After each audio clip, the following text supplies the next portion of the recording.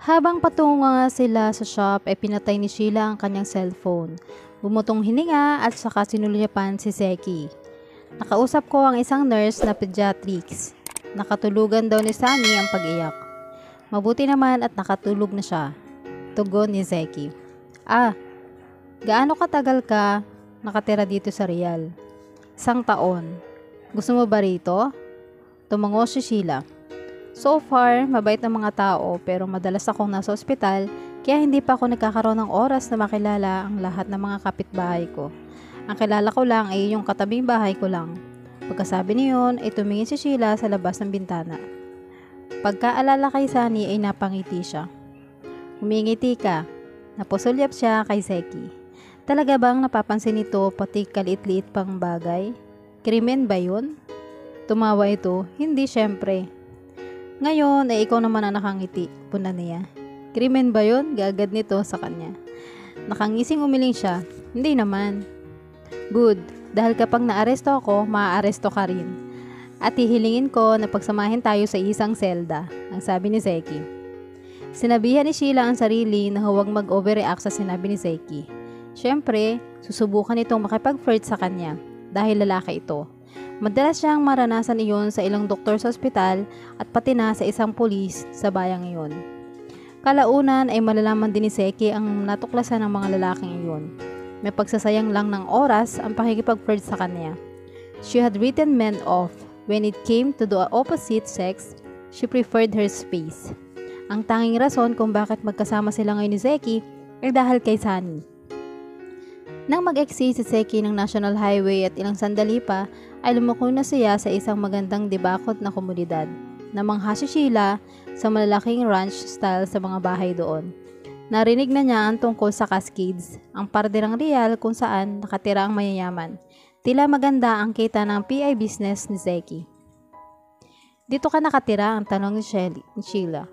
Oo, matagal ko nang gustong magkaroon ng malaking lupain at mga kabayo. Naisip ko ng magandang investment na pagbili ng property dito. Ilang hektarya to? May higit 40. Kailangan ko kasi ng ganitong kalaki para sa mga kabayo. Ilan ba ang mga alaga mo? 12 ngayon pero plano ko mag-expand. Nag-hire ako ng mga katulong sa rancho. Nangangabayo ako pag may pagkakataon. Ikaw, sumakay ka ba sa kabayo? Naalala ni Sheila ang pangalawa at pangatlong naging kinakasama ng kanyang ina. May mga pag-aari ding kabayo ang dalawang lalaki, kaya natuto siyang sumakay sa kabayo. Oo, marunong ako. Sumulyap si Seki sa suot na rilo.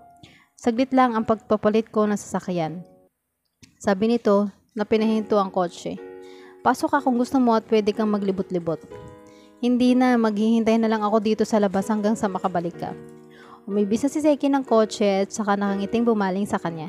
Hindi ako nangangagat you know. Trust me, Seki, kung iniisip ko na ganoon ka, wala na sana ako rito.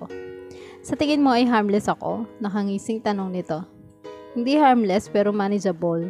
Sigurado ako na ang focus mo ay nasa paglutas sa problema ng kaibigan mo. Wala ka ng oras para sa iba pang bagay. Binigyan siya ni Seki ng nangaakit ng ngiti. Huwag kang pakasigurado dyan, Sheila. Isinara na nito ang pinto. Pinanood ni Sheila ang lalaki habang naglalakad patungo sa front door. Kasing kaakit-akit ng ngiti ang lakad ng lalaki. Kakapasok pa nga lang ni Seki sa kanyang bahay nang tumawag si Brad. Tiningnan niya ang caller ID bago niya ito sinagot. Ano yun, Brad? Hindi ka na tumawag. Kumusta ng bata? Okay lang pero masyado siyang iyakin. Napansin ko nga at walang nakapagpapatahan sa kanya. Nasuri ba siya para matiyak na walang problema sa kanya? Ngumiti si Seki. Oo, nagkataon na naka-duty si Warren Felipe at siya ang nagbigay ng clean bill of health.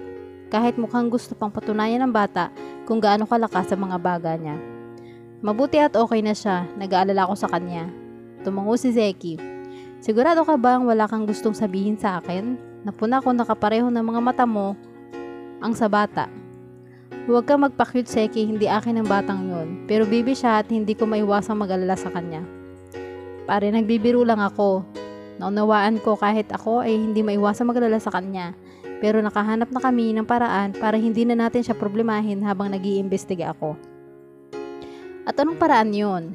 Si Sheila, isang nurse na sa Real Memorial, siya ang makapagpapatahan sa baby. Ang weird, pumapalahaw ang bata sa lahat pero tumatahan siya kapag si Sheila ang may hawak sa kanya.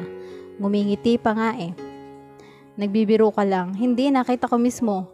Si Warren ang nagmungkahi na kay Sheila muna si Sunny pansamantala. Sunny? Iyan ang pangalang ibinigay ni Sheila sa bata. Sabi niya ay mas maganda raw yun kaysa Jane Doe at sang-ayon ako. Tumahimik muna si Brad bago nagtanong.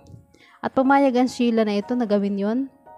Oo, habang hinihintay ang resulta ng paternity test, so the sooner you can do your part for the better. May appointment na ako bukas. Good. At sasamahan ko si Sheila sa pagsha-shopping ng mga gamit ng bata. Dalaga siya at walang sariling anak kaya kailangan niya ng mga gamit. Nasisingilin ko sa iyo by the way. Fine. Huminto si Brad bago muli nagsalita. Iniisip ko na mas mabuti siguro na mag-hire ako ng yaya at sa akin na lang ang baby. Teka, huwag mong i-consider man lang yon. Ayaw nating may mag-isip sa admission of guilt ang kabutihan mo. Iisipin ng mga tao na anak mo talaga ang bata. O pero anong alam mo tungkol sa nurse na ito? Sabi mo ay dalaga siya. Maaaring mahusay siyang mag-alaga ng mga pasyente, pero sigurado ka ba na kaya niyang mag-alaga ng sanggol? Wala akong sigurado tungkol kay Sheila, maliban sa mga nasabi sa akin ni Warren. 1 taon nang nagtatrabaho sa Real Memorial si Sheila. Pero huwag kang mag-alala. Gumawa na ako ng hakbang para i-check siya. Nagsagawa na si Roy ng masusing background check kay Sheila habang nag-uusap tayo ngayon. Napalingon si Seki nang bigla na lang siyang nakarinig ng ingay sa likuran niya. Nakasandal si Sheila sa pinto habang nakahalukip-kip. Based sa ekspresyon ng mukha ng babae, alam niyang may parte kung hindi man lahat ng usapan nila ni Brad ang narinig ni Sheila at hindi ito masaya doon. Brad, sige na, tatawag na lang uli ako mamaya. Tinapusan niya ang tawag. Bago pa maibukan ni Seki ang bibig, ay namaywang na si Sheila at pinaningkitan siya ng mga mata. Ibalik mo na ako sa ospital para makuha ko ang kotse ko. Hindi ako sasama sa taong walang tiwala sa akin. Pagsabi niyon ay tumalikod na ito at nagmarcha palabas ng pinto sa kapabalibag na isinara yon. Napangalahati na ni Sheila ang daanan pabalik sa kotse nang abutan siya ni Seki at hinawakan sa braso. Bitiwan mo ko, sabi niya at galit na binawi ang braso. Kailangan natin mag-usap at ayokong dito sa labas yun gawin, sabi ni Seki. Pinandilata niya si Seki. At ayaw kong gawin yun kahit saan. Wala akong sasabihin sa'yo. Ang kapal na mukha mong paimbestigahan ako ng ganoon na para akong isang kriminal. Hindi ko sinabing kriminal ka. Kung ganoon, bakit mo ako pinapa-background check? Inihila mo si Seki ang kamay sa sarili mukha. Isa akong PI, Sheila. Nag-iimbestiga ako ng mga tao. Nating personal. 2 linggong nasa pangangalaga mo si Sunny, hindi kita personal nakakilala at kailangan kong malaman na hindi lang siya ligtas sa kapaligiran si Sunny kung di pati kung ang taong kasama niya ay pwede namin pagkatiwalaan ni Brad. Hindi mo ba gugustuhin i-check ko ang taong mag-aalaga sa kanya kung sakali? Bumutong hininga si Sheila. Pero wala naman akong gagawin na makakasasama sa kanya. Naniniwala ako dyan pero kailangan kong makasiguro. Basic background check lang ang ginagawa ko para makatiyak na wala kang anumang criminal history.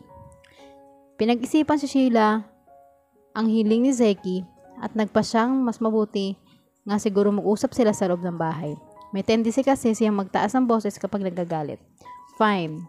Nagpatiuna na siya sa paglalakad. Dapat ay nasa labas ka lang kanina, sabi ni Seki na sundan si Sheila sa sala. Sabi mo ay ayaw kong pumasok. Look Sheila, gaya ng sinabi ko na, isa akong private investigator. Ang trabaho ko ay kilalanin ng mga tao and I don't like surprises. Lahat na makakasama ni Sunny ng matagal-tagal ay i-check ko. Hindi sa kino-question ko ang karakter mo.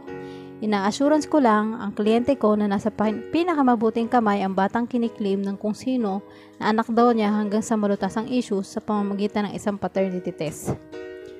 Walang rason para personalin mo yun. Hindi ito tungkol sa iyo kundi kay Sunny. Kahit panagimbiyanan ka pa ng presidente, magsasagawa pa rin ako ng background check. Mayamang-mayaman ang kliyente ko at ang trabaho ko ay protektahan siya sa lahat ng paraan. Kaya nga desidido ako malaman kung sino ang nasa likod nito. Sandaling humintos. Gusto mo naman siguro kung ano ang pinakamabuti para kay Sunny, hindi ba? Siyempre. Ako rin at ganoon din si Brad. Inabando na ang bata at gusto kong maging stable siya sa susunod na 2 linggo. She deserves that at least. Wala na ni isa sa atin nakakaalam kung ano ang mangyayari pagkatapos nun. Tila nakuha naman ni Sheila ang punto niya. Fine, sabi nito. Nagawa mo na ang trabaho mo. Ngayon, ibalik mo na ako sa ospital para makuha ko na ang kotse ko. Magsha-shopping tayo ng mga gamit ng baby gaya ng plano, Sheila. Kailangan mo pa rin ng truck ko, kaya please isantabi mo muna ang mga emosyon mo at sumang-ayon ka na lang kung ano ang dapat mangyari. Emosyon? Oo, emosyon. Bumaba ang tinig ni Seki, sabay taas sa baba ni Sheila. May nakapagsabi na ba sa'yo kung gaano ka ka-sexy kapag galit? At bago pa makahuma si Sheila ay hinalikan na niya ito. Ni isa sa panaginip ay hindi pa nahalikan ni Sheila ng kagaya niyon. Tapos na ang halik ni Seki ay tila kinikiliti pa rin at nanlalambot ang buong katawan niya. Napamura siya ng mahina ng tingilain ng lalaki. Hindi niya dapat hinayaang halikan siya nito. Oo nga at nag-enjoy siya sa halik, pero bakit mo ako hinalikan? Nagsalita ka sagot ni Seki. Hindi nagtas ito ng isang kilay saka nagkibit balikat. Hindi na mahalaga yon. May sasabihin kang bagay na pagsisihan mo at nagpasya ako na supili na agad ang mga salitang yun sa bibig mo. Sumimangot si Sheila. Huwag mo nang uulitin yun. Bumalik ang slow, sexy smile nito na nakita niya kanina umaga. At sa halip na sabihin na hindi na siya halikan uli, iba ang lumabas sa bibig ni Seki. Kung ganoon, bakit ka pumasok dito kanina? Sabi mo ay maghihintay ka na lang sa labas. Binago na ng lalaki ang usapan at nagpasya siyang makisakay na lang. Biglang nag-beep ng malakas ang kotse mo parang sasabog or sa ano paman. Lumuwag ang ngiti ni Seki kaya lalong naging kapansin-pansin mga biloy sa mga pisngi nito. Fax machine ko yon, naka-built-in sa console ko para sa paraang iyon hindi yun mapapansin. Napailing si Sheila. Ano ka, si James Bond? Hindi, secret agent si James Bond. Private investigator ako, may malaking pagkakaiba. Sumulyap si Seki sa suot na relo. Kung handa ka na, pwede na tayong umalis, naroon ang truck ko. Paano yung fax na dumating? May fax din ako sa truck, kaya papasok din yun doon. Sinundan na niya si Seki patungo sa komedor at sa kusina na stylishly decorated. Ang sala ay fashionably furnished din. Ang ganda ng bahay mo. Salamat at kung ang tinutukoy mo ay furniture at decoration, I can take the credit. Model home to at binili ko na ng ganito. I saw it, I like it, and I got it. He saw it, he liked it, and he got it. Naisip ni Sheila kung ganoon din kaya ang pagpapatak mo nito sa lahat ng bagay sa sariling buhay. Saan ko ilalagay ang mga kahong ito? Tanong ni Seki habang bitbit ang dalawang kahon ng mga pinamili nila. Ang isa ay baby car seat at ang isa pa ay baby bot. Para kay Seki ay masyadong nadala si Sheila sa pamimili gayong 2 linggo lang naman nitong makakasama ang bata. Patong mo na lang kahit saan, mamaya ko na lang aayusin. Pagkatapos ilapag sa isang sulok ang mga kahon ay iginala ni Seki ang tingin. Maliit lang ang bahay pero bagay yun kay Sheila. Maayos sa mga furniture at napakalinis ang 2 palapag sa bahay. Tatawag uli ako sa ospital para i-check si Sunny. Habang nasa telepono si Sheila ay lumabas si Seki para kunin ang iba pang mga kahon. Kahit hindi nakatira ang dalaga sa isang gate community, maayos na bahagi ng bayan naman yun kaya natuwa siya. At napunan niya na may alarm system si Sheila pero i-check pa rin niya ang mga laks ng pinto. Hanggat hindi niya nalalaman kung sino ang taong gustong mangikil ng pera kay Brad, hindi siya susugal. Paano kung subukan ng blackmailer na dukutin ng bata para mabawi? Okay na sa loob na lahat ng kahon, sabi niya nang matapos si Sheila sa pakikipag-usap sa telepono. Ano pa ang gagawin ko? Pwede mo na akong ihatid para makuha ko na ang kotse ko sa ospital. Paano yung baby bed? Nagtaas ang isang kilay si Sheila. Ano yung tungkol doon? Kailan mo yung balak ayusin? Mamayang gabi na lang. Ngumiti siya. Dapat lang kung plano mong iuwi rito ang baby bukas. Niyakap nito ang sarili. May gusto ka bang sabihin sa akin? Tanong ni Seki nang mapansin ang pag-alala sa mga mata ni Sheila. Ang paggat nito sa mga labing hinalikan niya kanina. Ibinaba nito ang mga braso. Naabala ni Sunny ang pagtulog ng iba pang bata sa nursery. Hindi na iyon ikinagulat ni Seki, narinig niya ang iyak ni Sunny. Natutulog na siya ngayon, hindi ba? Oo, pero baka hindi siya magdamag na matulog. Bakit hindi? Normal lang yun sa mga baby. Kapag tumatanda na sila, mas humahaba na ang tulog nila sa gabi. Sa kaso ni Sunny, malamang ay sa araw siya matulog ng matagal at may parte ng gabi nagigising siya. At handa ka ba para sa ganon? Dapat. Sakalang niya naisip ang mga sakripisyong gagawin ni Sheila. Masyado siyang natutok sa sanggol na hindi niya naisip ang mga pagbabago sa buhay ni Sheila na idudulot ni Sunny. Nabasa na ni Seki ang fax kanina tungkol sa background check sa dalaga. 27 anyos ito at lahat ng ospital na napagtrabahuan mula nang magtapos sa kolehiyo ay nagbigay rito ng magandang rekomendasyon. Law-abiding citizen din at hindi pa nagkaroon ng kahit isang speeding ticket. May taon pang nagawa na ng medalya si Sheila para sa mga kabayanihan mula sa Binondo Fire Department dahil pinasok nito ang isang nagliliyab na bahay para lang tumulong na isalba ang isang matandang lalaki at pagkatapos ay binigyan ng matanda ng serbisyong medikal bago dumating ang paramedics. Ang kabayanihan na yun ni Sheila ay napabalita sa TV. Pagdating naman sa personal na aspeto ay nalaman ni Seki na may isang kapatid na babae si Sheila na hindi nito madalas na dinadalaw. Ang ina naman ay binibisita ang dalaga 1 o 2 beses sa isang taon. Namatay ang ama ni Sheila 5 taon na nakararaan. Ang ate nito na mas matanda kay Sheila ng 4 na taon ay anak ng ama nito sa unang asawa. Si Sheila ay produkto ng second marriage ng lalaki. Sabihin mo lang kung ano ang pwede kong maitulong at gawin, sabi ni Seki. Nagpakawala ng hininga si Sheila. Gusto ko nang iuwi dito si Sunny mamayang gabi. Kinokontak na ng mga nurse si Dr. Felipe para sa approval niya. Hinihintay ko ang tawag niya. Kung ano man, makuha ko man si Sunny mamayang gabi o bukas, kakailanganin ko na ng kama. Kaya kung okay lang sa'yo, paki-assemble na sana. Hindi ako magaling sa mga ganong bagay. Tumango si Seki. Walang problema, ano yung sinulyapan? At sinimulang itupi ang mga gas na suot ng polo. May beer ka ba dyan? Ngumiti si Sheila. Meron, ikukuha kita. Umalis na si Sheila at naiwan si Seki na nagtataka kung bakit hindi niya mapigilang isipin ang ginagawang paghalik sa dalaga. Mabuti at nandito ka na, balisang sabi ng isang nurse sa pediatrics. Naihanda na namin siya at handa nang umalis. Nagigay na naman siya, no? Natatawang tanong ni Seki. Nasaan siya? Tanong ni Sheila sa nurse. Nasa may pasilyo. Trust me, maririnig mo siya paglapit mo pa lang sa waiting area. Naka-homemade earplugs na kaming lahat ngayon. Gaya ng sinabi ng nurse, maririnig na si Sunny paglapit pa lang ni Seki sa waiting room. Pinigilan siya ng binata sa balikat. Anong problema? Bakit tensyonado ka? Paano nito nalaman yun?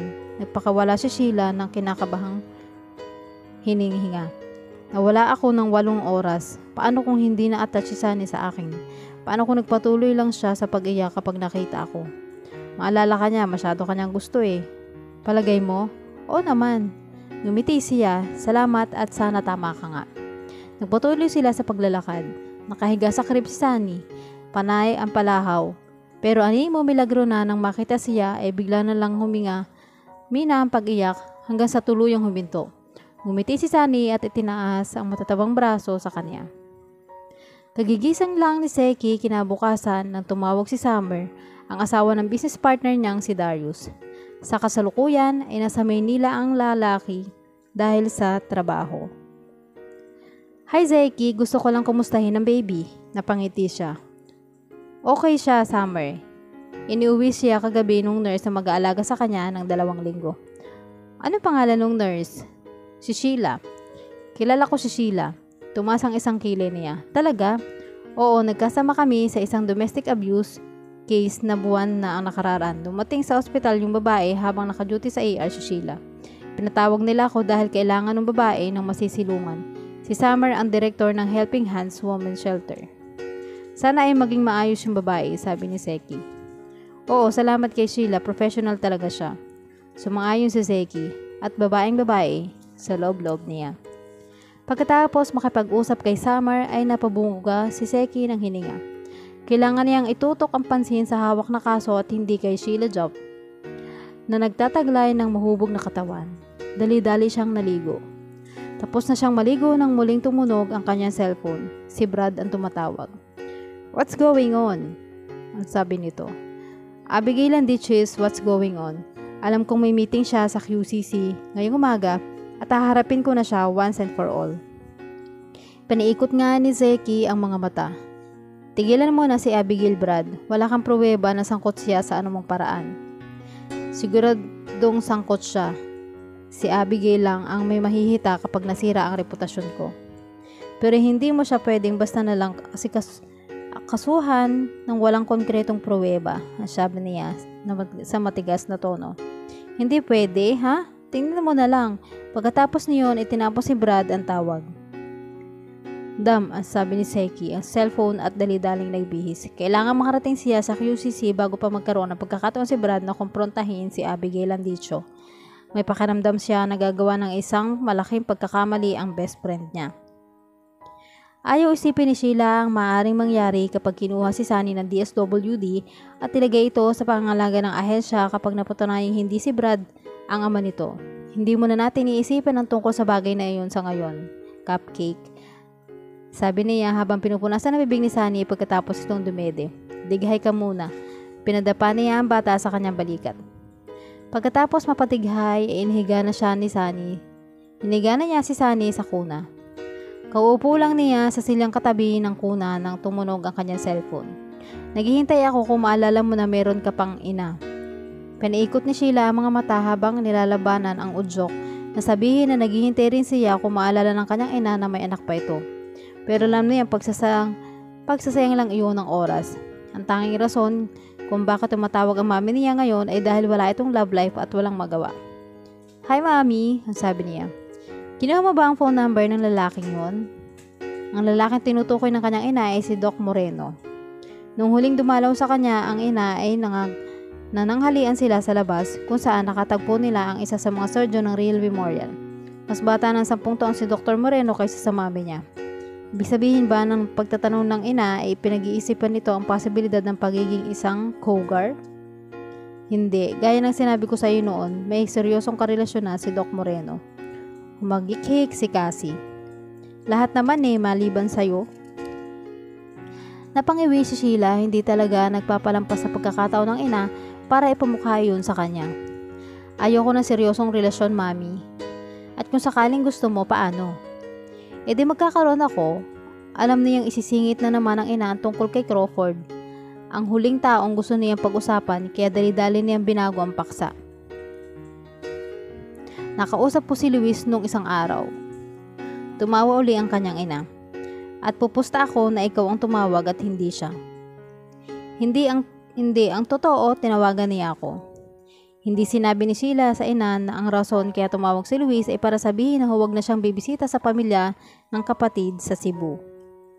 At iyon ay pagkatapos siyang imbitahan ng kapatid, ilang buwan na ang nakararaan. Hindi na rin kailangan sabihin sa kanya hindi siya inimbita ni Luis noon at dahil napanood nito ang heroic deed niya na sa broadcast nationwide sa TV Patrol. Siguro ay hindi na ganoon kaimportante kay Luis na ipaalam sa mga tao na kapatid siya nito. Umismid ang kanyang ina. Nakakagulat. So kumusta naman ang prinsesa at may nabanggit na ba siya sa'yo kung may plano siyang hatian ka sa anumang minana niya mula sa ama niyo? Alam ni Sheila na hindi pa rin matanggap ng kanyang ina na hindi siya pinamanahan ng kanyang ama. Pero baliwala iyon sa kanya ngayon. Sa ginawang iyon ng daddy niya ay napatunayan lang niya ang bagay na matagal na niyang alam. Hindi siya ginusto ng kanyang ama. Regardless of the fact that he end up of despising her mother, dapat sana ay hindi naapektuhan ang relasyon nilang mag-ama. But Bartolo Jobson hadn't seen things that way. Ang tingin nito sa kanya ay extension ng kanyang ina. At kung galit ka sa ina ay otomatikong galit ka rin sa anak. Sa kabilang banda, si Luis talaga ang prinsesa ng kanilang ama. Nag-iisang anak ni Bartolo si Luis sa unang asawa na minahal ng labis. Hindi handa si Bartolo para sa katulad ni Cassie. Hindi naman siguradong magiging ganoon kalala ang sitwasyon kung hindi natuklasan ng kanyang ama na may relasyon ang meme niya sa isa sa mga business partner nito. Pagkatapos niyon, ay nakwestiyon na rin kung anak ba talaga siya ni Bartolo. Kahit na mas kamukha siya nito kaysa kay Luis. Pagkatapos makipag-usap sa ina ay kinaraganan ni Sheila si Sunny at dinala sa kanyang kwarto. Dumiretso nga si Seki sa isa sa mga meeting room ng clubhouse. Narinig niya ang malalakas at mga galit na boses ni Brad at Abigail. Alam mo ba kung anong inaakusa mo sa akin, Brad? Alam kong ikaw ang may pakananan tungkol sa pag-iwan sa sanggol na may kasamang sulat na sinasabing anak ko siya. Gayong alam na alam mong hindi. Ano? Paano mo nagawang akusahan ako ng ganyan? Gusto mong maging susunod na presidente ng QCC? Sa tingin mo ay aabot ako sa puntong manggagamit ng isang baby? Napangiti si Seki. Narinig niyang nababasag na ang boses ni Abigail. Tila umiiyak na ito. Nanatili siya sa may pintuan. Abigail, hindi ko gustong paiyakin ka, for Pete's sake. Well, paano mo nagawang akusahan ako ng ganyang bagay? I love babies, at ang batang babaeng iyon ay inaambando na. Wala akong kinalaman sa kanya, Brad, maniwala ka. Napahinga ng malalim si Zeki. Umiiyak na talaga si Abigail. I'm sorry, Abby. Nakikita ko namang mali ako. Hindi ko sinasadya. I'm sorry. Dapat lang, at para mapatunayan na wala akong kinalaman dito, umiiyak pa rin saad ng babae. Ang mabuti pa itigil muna natin ang kampanya para sa eleksyon hanggang sa malutas ang kaso. And you'll go along with doing that? Of course, isang sanggol ang pinag-uusapan natin, Brad, at dapat mauna ang kapakanan niya. I agree, ang sabi ni Brad. Salamat, Abby, at sorry uli, inakusahan kita kanina. Naisip ni Zeki na iyon na ang pagkakataon para magpakita siya sa dalawa. Binuksan niya ang pinto saka natigilan. Nakatayo sa gitna ng silid si Brad, yakap-yakap ang umiiyak pa rin si Abigail. Sinusok niya mga kamay sa mga bulsa ng pantalon at nginitian ng dalawa. Brad, Abigail, ibig sabihin ba nito ay hindi na kayo nag-aaway? Saglit lang na natili sa QCC si Zeki. Walang siyang nakita sa video camera maliban sa kamay ng isang babae na ibinaba malapit sa pintuan ng baby. Kung sino man ang gumawa na yun, alam nito kung saan naroon ang mga kamera. Ibig sabihin, pamilyar ito sa club. Hindi kaya inside job yun? At least alam nila na pwede na ring burahin si Abigail sa listahan. Nasa isang meeting ito nang iwan ang baby sa QCC. Muntik nang mapatalon si Sheila nang tumunog ang doorbell. Pagtingin sa orasan, ay nakita niyang mag-aalas 4 na ng hapon. Lumapit siya sa bintana at sumilip. Nakita niya ang pamilyar na 2-seater sports car sa kanyang driveway. Bakit bumalik si Zeki? Nagpalitan sila ng numero kagabi. Merely as a courtesy, hindi talaga niya inaasahan na makita ulit ito. Tumunog uli ang doorbell. Dali-daling kinarga niya ang sanggol. Come on, Sunny, mukhang may bisita tayo. Natuwa si Sheila nang pagbuksan si Zeki at makitang may bit-bit itong kahon ng pizza.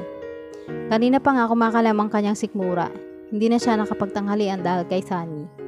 Nagdala ako ng pizza, ang sabi ni Zeki na dumiretso na sa kusina. Pinagod ka ba ng bata buong araw? At kagabi rin, sabi ni Sheila, na sinunda ng binata.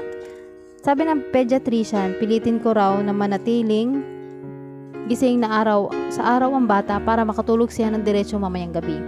Ibig sabihin, kailangang gising din ako. Nilingon siya ni Zeki. Hindi pa nakakatulog si Sunny buong maghapon? Hindi, gaya ng sinabi ko, hindi ko siya pinapatulog para pareho kami makatulog mamayang gabi. Bakit ka nga pala napadaan? Naisip ko na magdala ng makakain para sa iyo, sagot ni Zeki. Sabay patong ng kahon ng pizza sa ibabaw ng mesa. Binuksan nito iyon pagkatapos. Ang sarap naman ng amoy niyan, salamat. Masarap talaga ang pizza na binilhan ko nito. And you're welcome. Gusto mo bang ihiga muna ang bata habang kumakain ka? Pero wala siyang kasama. Kumunot ang noo nito. Oo nga, pero nagkabit ako ng baby monitor kagabi para marinig mo siya. Hindi mo pa ba nasusubukan yon? Nasubukan na pero gusto kong bantayan siya. Bakit? Oo nga, sinabi mong hindi ka pa nakapagpaalaga ng baby dati pero nurse ka. Hindi ka pa ba na-assign sa nursery noon? Siyempre na-assign pero iba to. Nasa bahay ako at nasa pangangalaga ko si Sunny. Ayokong may mangyari kung ano sa kanya. Fine, maupo ka na at kukunin ko yung extra car seat. Paupuin mo si Sunny roon habang kumakain ka. Pagkatapos paupuin si Sunny sa car seat ay kumain na sila. Salamat sa pizza, Zeki. Hindi ka lang mabait, maalalahanin pa. Sumandal ito sa kinauupo ang Silya. You're welcome. Sandali itong huminto. May folder ako sa kotse na kailangan kong pasadahan ng basa. Pwede kong dito yun gawin. Kumunot ang noo ni Sheila. Bakit? Ngumiti si Zeki. Para mabantayan ko si Sunny. Nalilito pa rin siya. Look, Sheila, halatang pagod ka. Baka himatayin ka na. Pwede kang umakyat at umidlip habang binabantayan ko ang baby.